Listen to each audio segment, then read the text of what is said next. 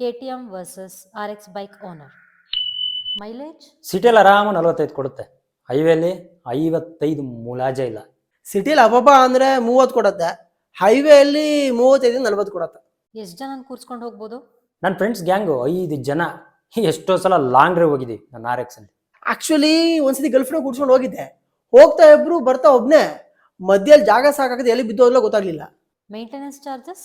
ಖಾಲಿ 1,500 ಕೊಟ್ಟರೆ ಸಾಕು, ಶೋರೂಮ್ ಗಾಡಿ ಥರ ರೆಡಿ ಆಗುತ್ತೆ.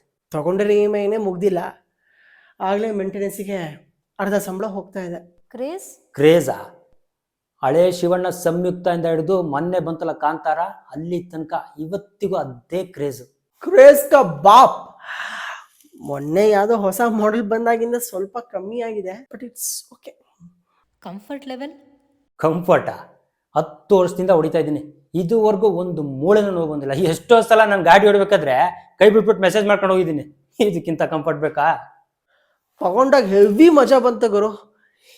ಈಗ ಒಂದು 6 ತಿಂಗಳಾಯ್ತು, ಸಿಕ್ಕಾಪಟ್ಟೆ ಬೆನ್ನೋವು. Resale value? ರೀಸೇಲಾ?